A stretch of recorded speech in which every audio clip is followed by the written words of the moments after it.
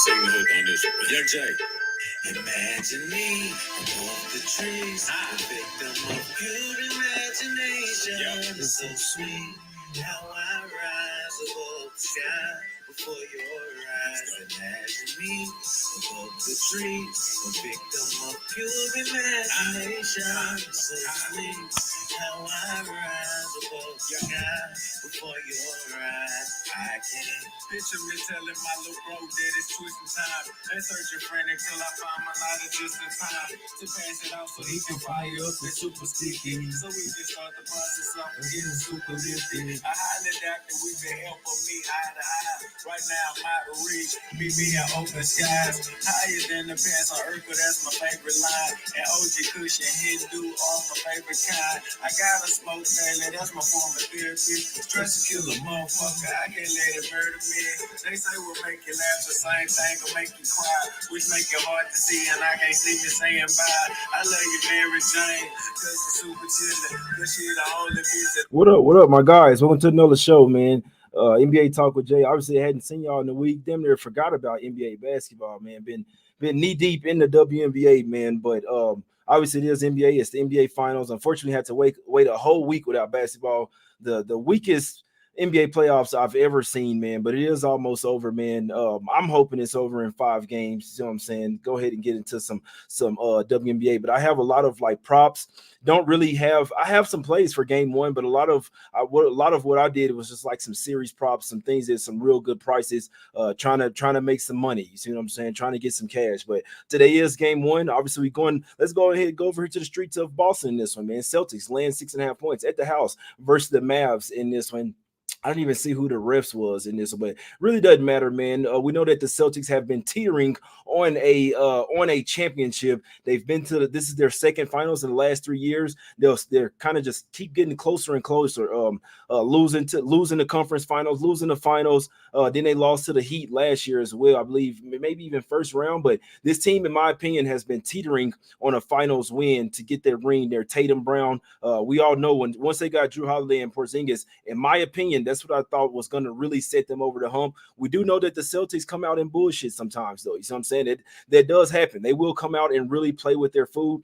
I don't think it happens in this series. That's just what I think. So I'll go down what I feel like is going to happen, or some really good props. I got like fucking 15 of them here that I'm liking in this one. But we could just break down the game 1 for me first. We know that.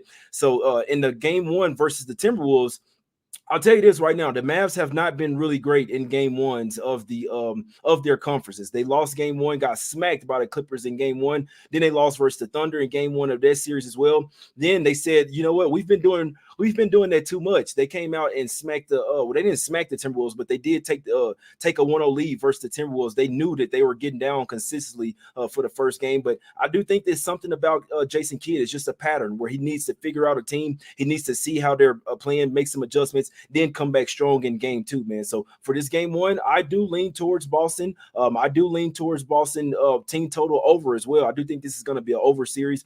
Both teams shoot a lot of threes. I do think the Celtics are a little bit better.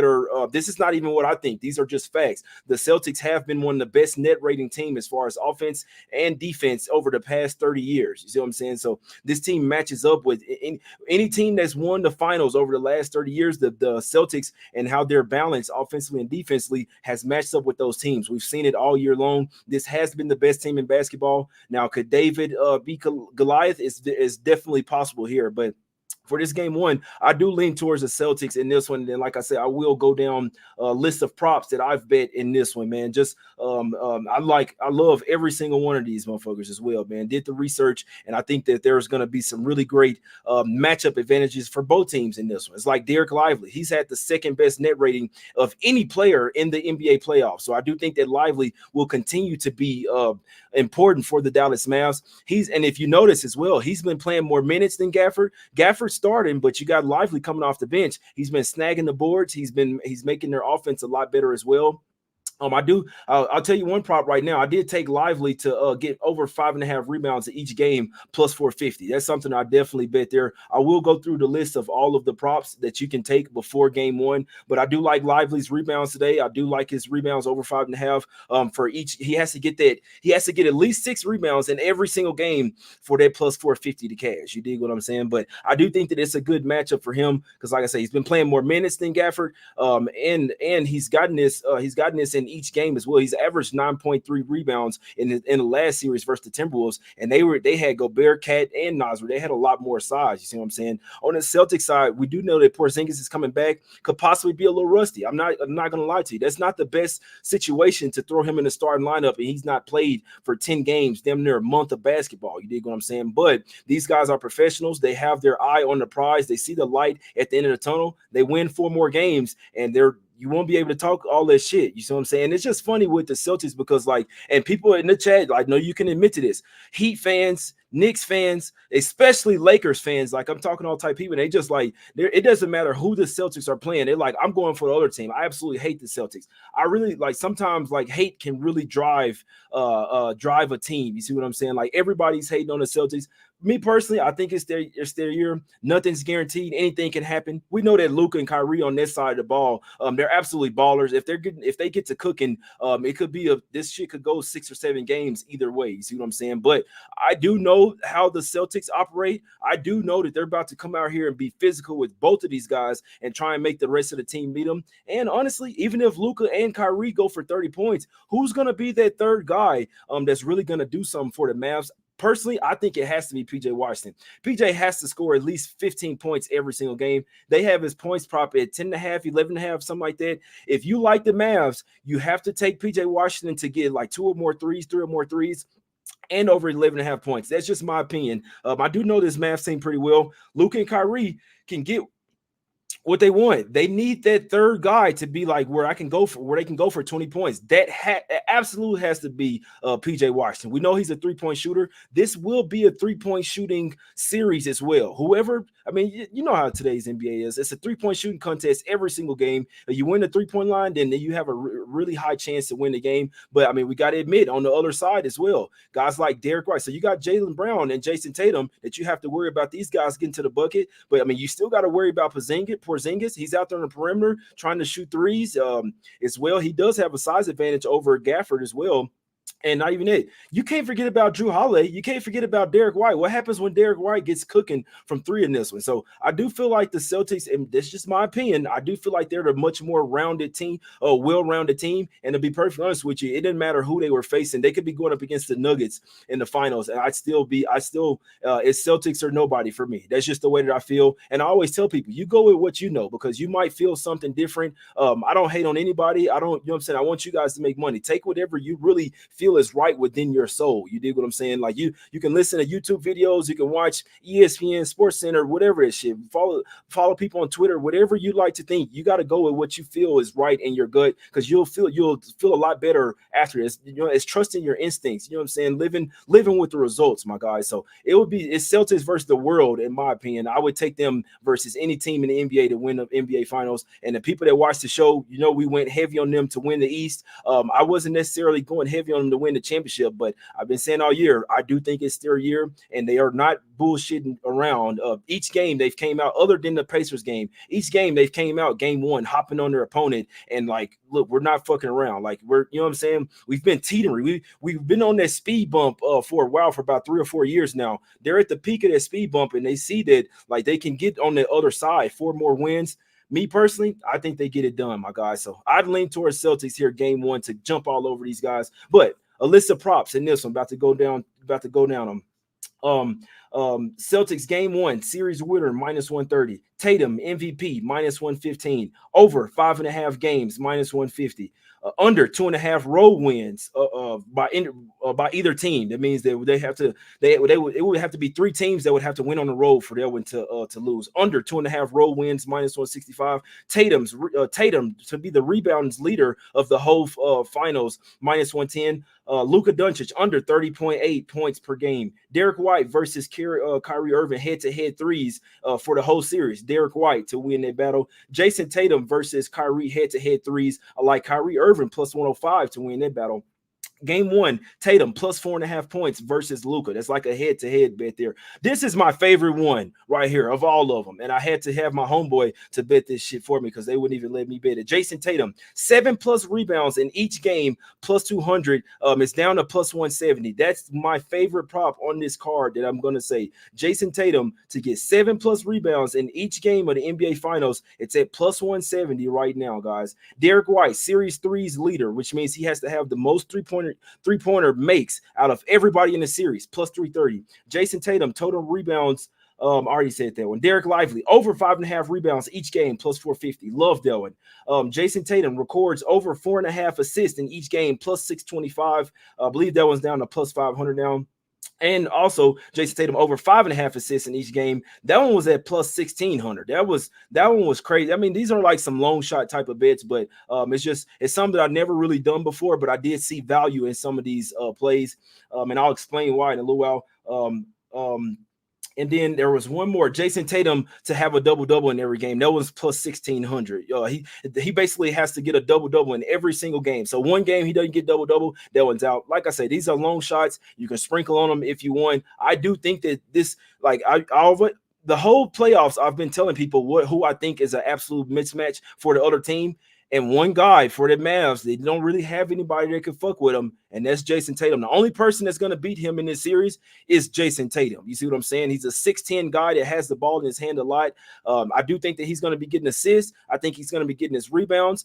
He's had 10 or more rebounds in 8 of the last 9 games. The only game that he didn't have it was game 2 versus the Pacers, where he only had 6 rebounds, 6 assists. Every other game, he's had double-digit rebounds versus the Pacers and the Cavs and Nolan. He's been hunting boards. He's damn near like teetering on a triple-double. There was another one I forgot as well. Tatum to get a triple-double in one of these games in the finals. That one was at plus 350. I just feel, I mean, if you look at the props, they're like heavily shaded to Tatum. It's like the books, they kind of feel like the same way I do, that he's a really great matchup in this. It's a really great matchup for Tatum in this one. Not so good for Brown. Obviously, if Derrick Jones Jr. is going to be on Tatum, whoever Derrick Jones Jr. is not on, I would take their points over. Now, we haven't seen game 1. We don't know how these guys are going to match up. Derrick Jones Jr. is a defensive stopper for the Mavs. The rest of the guys aren't really, in my opinion. You see what I'm saying? Like Luka, he can play some defense, but you can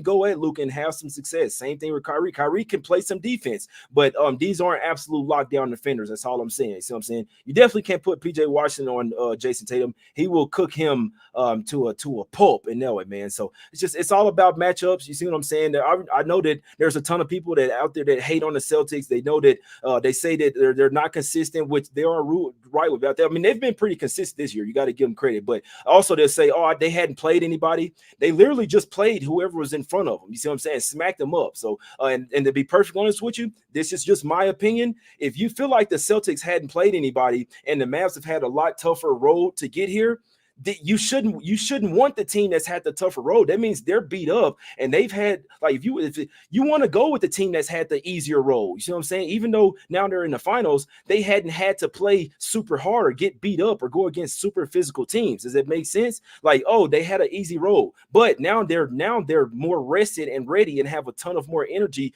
to bring to this game. You see what I'm saying? This isn't their first finals game. So Kyrie is the only guy that has some finals experience for the Mavs over there. Luka has took his team to the conference finals when they got smacked up versus the Warriors, but everybody else, they're probably going to have game 1 jitters in this one. Tatum, Brown, Drew Holiday, these guys have been here before, and I think they know exactly what they need to do. I like the Celtics game 1 and win the series in this one. If they were happen to lose game 1, I'd take them again game 2 and to win the series once again, my guys. So that's what I'm liking. Like I say, man, I'm not here to persuade anybody or sway anybody. Everybody already has their own thought process. I appreciate you guys for coming on here, trying to see what I think or how I feel about the game. I appreciate y'all for trusting me as well. Went through all the props that I'm liking. The top ones that I would like I'm not lying. I love the under 2.5 road wins minus 165. I feel like that's the one right there. But Tatum 7+ rebounds each game plus 170. I love that one as well. And if the Celtics do win, I do believe it's going to be Tatum that gets the MVP in this one. It's not going to be Jaylen Brown. They will not, I can't say they will not, because he could go absolutely crazy here, but I don't see him getting Eastern Conference MVP and getting Finals MVP. So obviously, I mean, I keep it straight up with y'all. If you like the Mavs, then go ahead and take. You probably have to go ahead and take Luka, because that means Luka's going crazy. He's going for triple doubles. You had to take Luka to win Finals MVP. So there's a lot of different ways that you can pivot, and you don't have to bet every game as well. Like, you could also lay off of game one just to see how the matchups go, just how these two teams match up with each other as well. And like I say, whoever is making threes, that's who's going to have plenty of success in this one. Me personally, I do feel like the Celtics have a lot more balanced team in this one, and they have guys that have been here before and with heartbreak as well. You see what I'm saying? Usually it takes a few times. Like, there's not many times where people just go into the finals first time and win and have success. It happens sometimes, but it's very rare. The Celtics have been teetering on this shit. They've been waiting for this shit, and that's what I like in this one, man. The Celtics, the Boston Celtics in this fucking series, my guys. You can get game one and series winner minus 130, which means they just need to win game one, and then they just need to win the series, my guys. So whatever you guys are betting, best of luck, my guys. I appreciate y'all for tuning in. Two great teams going here, matching up. Shout out to everybody in the chat. It's all love, my guys. Whatever you guys are betting, I know plenty of people out there hating, or you know what I'm saying, like, no, so but like, go with what you know, my guys. Go, it's your money, and I really preach that shit every day. It's your money. Like, you're not competing with anybody. I know that you're here watching my show. You're not competing against me. Like, I'm not betting with you money. You see what I'm saying? It's your money. You bet with what you bet, and I'm gonna bet with what I bet. And I've been doing this shit for about 12 years, and I mean, it is what it is. This is what I do. You see what I'm saying? So you can't be afraid to lose. You're not going to cash 100% of the time. That's just the way this shit goes. We are gambling. Always gamble responsibly as well. Never bet more than you can afford to lose. It's Us Against the Bookies, trying to take these motherfuckers to Smack City one time for the one time. And it's all love, my guys. If you like, you can join the channel as a member. One time for the one time. That's where the WNBA has been popping off. But regards to that, let's try to get some cash in the NBA Finals, man. Next game will be on Sunday. I'll be live on Sunday as well. It's all love. Hope y'all have a great day, great weekend. Get some cash out there. It's all love. We out, my guys. Let's go. Come on. Fuck. Come on.